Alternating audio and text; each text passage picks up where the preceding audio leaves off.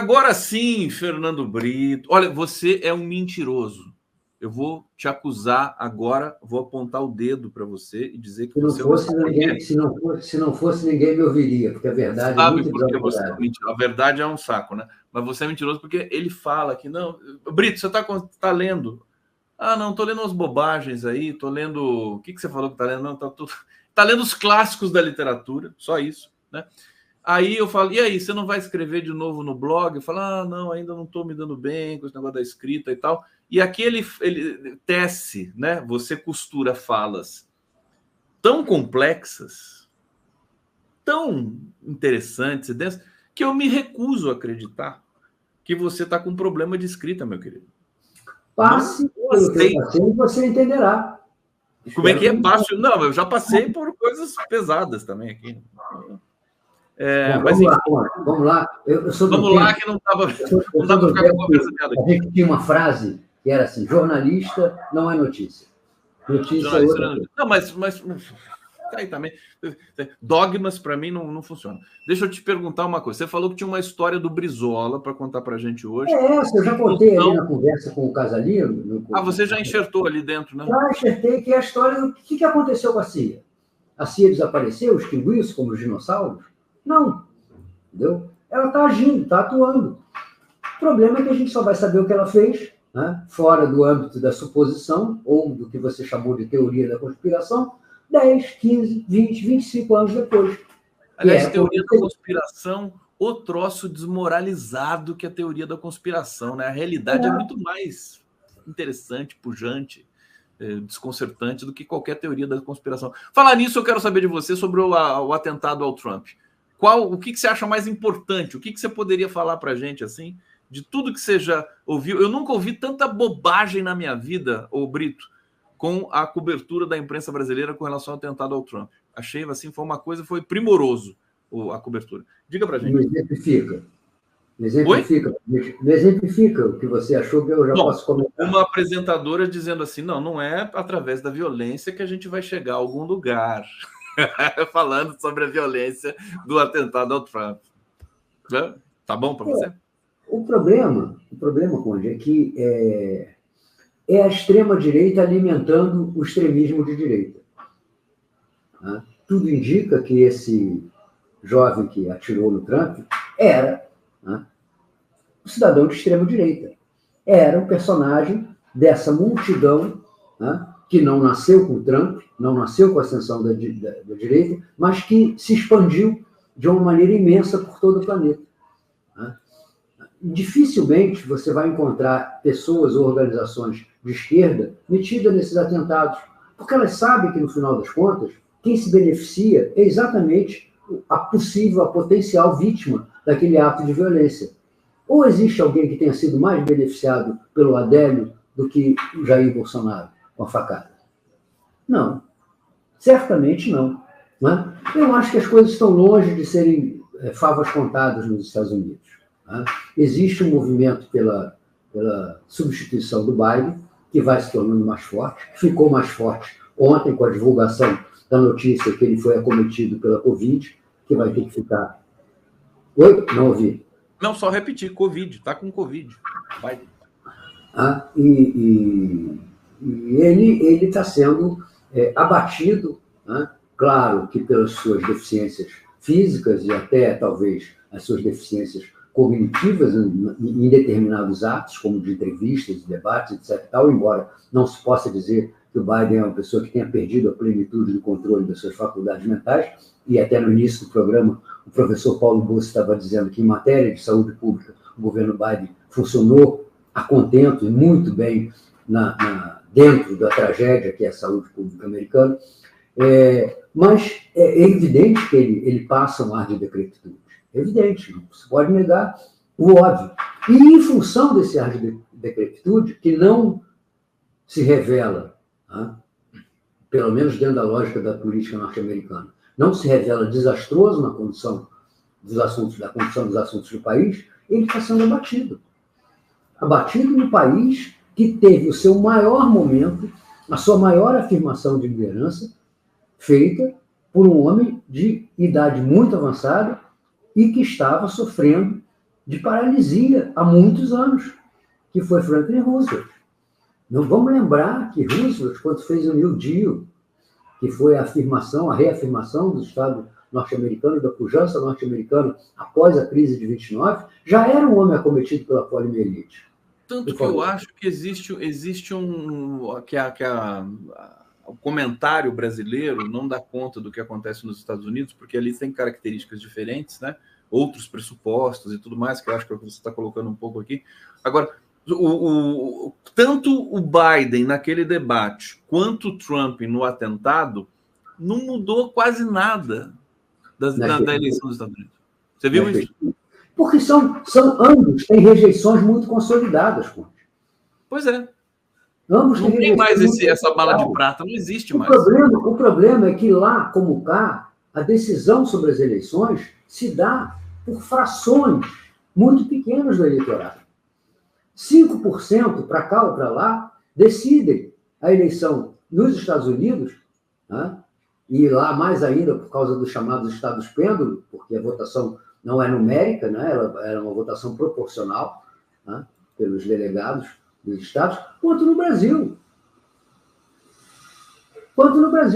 O Lula venceu por 1%, 2%, 1 milhão de votos, 1,5 milhão de votos, 2 milhões de votos. Foram 2 milhões e 800 mil. Pois é, mas isso poderia rapidamente se desfazer. Claro. Porque isso são parcelas ínfimas da população.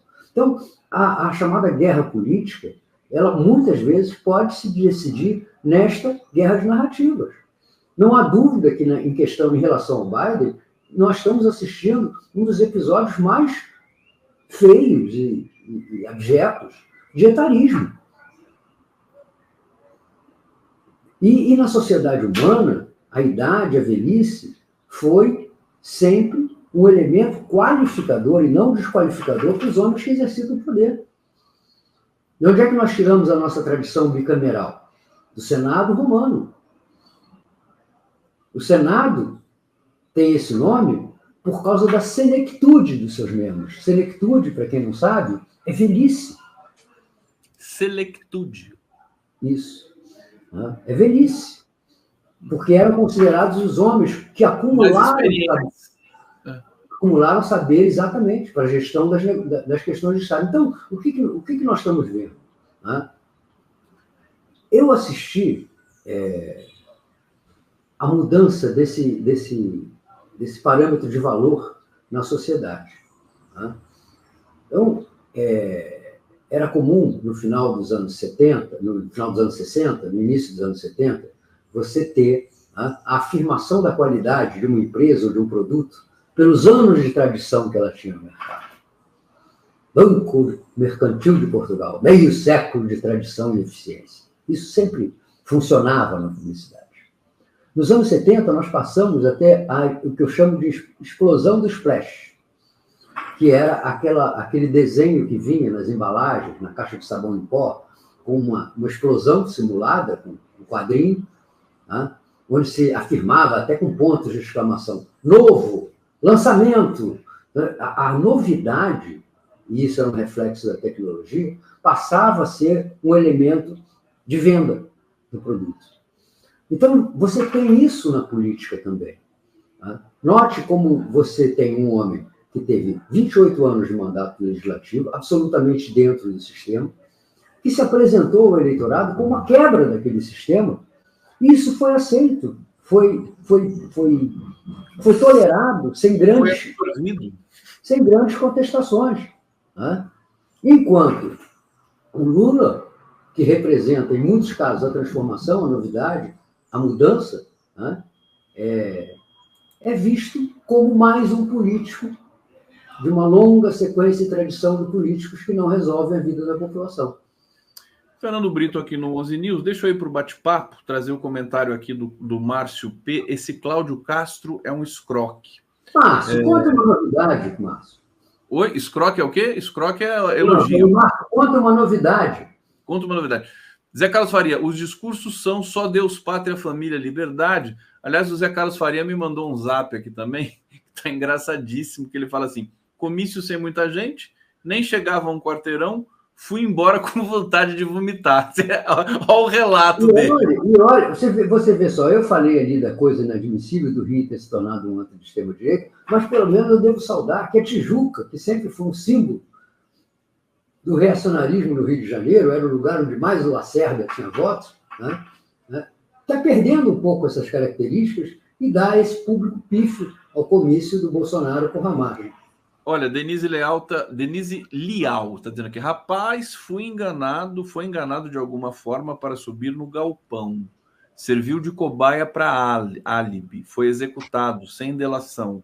Só um sniper poderia atirar de raspão. Trump foi avisado para se mover. Eu não sei se isso aqui é um poema, se isso aqui é um comentário. Não, ela tá afirmando que o atentado foi forjado, né, para atender interesses do próprio Trump. Né? Agora, eu acho que... Essa teoria da conspiração é outra daquelas que nós vamos levar 20 anos para saber se então, agora, como é que alguém lúcido, com coerência no mundo, quer que a gente assista pela TV o episódio do ataque ao Trump e não pense que aquilo foi uma forjação, quer dizer, foi um teatro? Como é que a pessoa quer que a gente que não ache isso? É impossível. Ou estou enganado? A maioria das pessoas não vai achar. Você acha isso? A maioria das pessoas não vai achar. A maioria das pessoas acha, nossa, coitadinho do Trump. É isso? Claro, você tem um monte de elementos confirmatórios daquela... Eu não sei mais muito bem. Talvez há 20 anos, sim. Mas hoje, com excesso de fake, de forjamento e tudo mais, eu não sei. Porque senão... Tem plateia para escutar que a Terra é plana, Conde.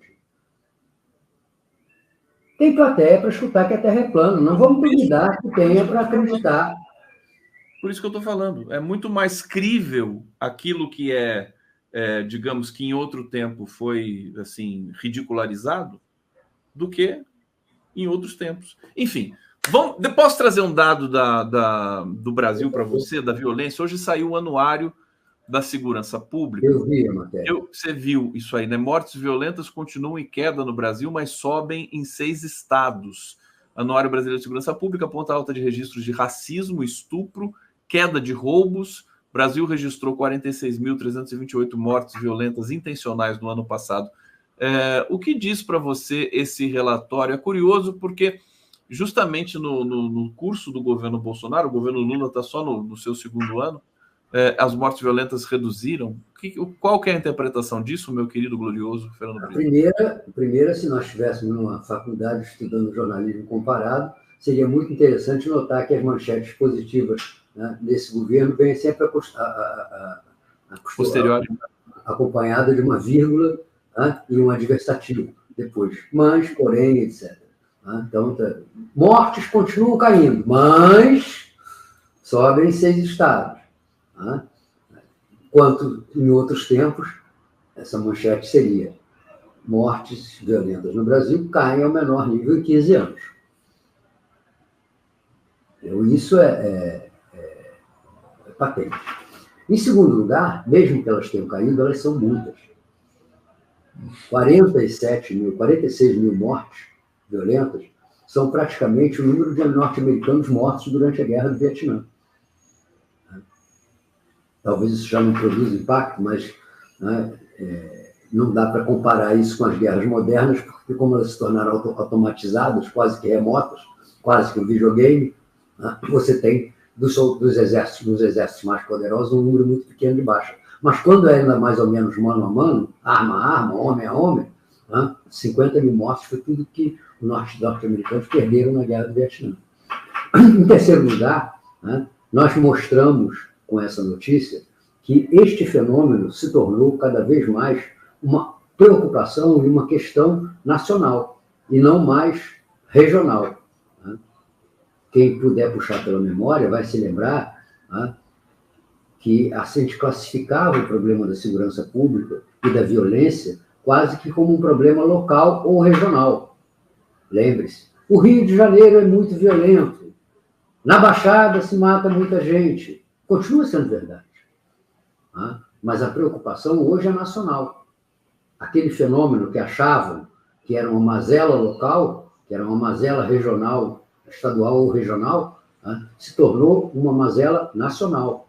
E é inevitável que, mesmo com todos os conselhos para que o governo federal não se meta na questão de segurança pública, é inevitável que partam do governo federal, parta de Brasília, a coordenação das políticas anticrime no Brasil, humanizadas, respeitadoras dos direitos humanos, mas que sejam feitas agora. Porque se não fizerem agora, ela vai levar a derrocada de governos progressistas. Né? Eu vivi isso. Vocês acham que o Brizola foi derrotado no Rio de Janeiro nas eleições por conta de quê? Por conta da questão da violência. Moreira Franco prometia acabar com a violência em 6 meses. Se ele fez ou se não fez, não tem importância nenhuma. Mas na época colava. Então, se nós não fizermos essa federalização da questão da segurança pública dentro de parâmetros respeitadores dos direitos humanos, das garantias constitucionais, a direita vai fazê-lo de forma muito mais autoritária. Não tenho dúvida disso. Alerta do Fernando Brito aqui, que já passou por isso, essa experiência do Brizola realmente é muito educativa, traumática e pedagógica.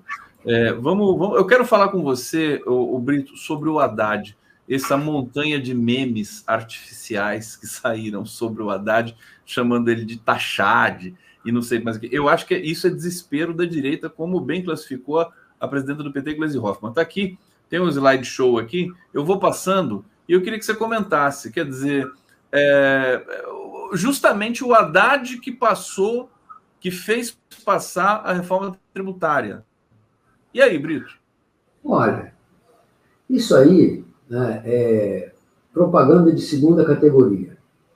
Primeiro, porque é uma cópia, né, de dois clássicos da propaganda. Né? A ideia norte-americana, né, do tax, que é a ideia lá é um ponto de vista essencial na definição de eleições, porque o governo que promete retirar impostos é aquele que tem mais chances, o candidato que promete retirar impostos é aquele que tem mais chances de vencer as eleições, e com uma recordação tardia da história do Mar Taxa, por causa do aumento do IPTU em São Paulo, né, que estava defasado, desencontrado. Tanto é assim que ele nunca foi revisto nem revogado pelas administrações nada petistas que sucederam a Marta.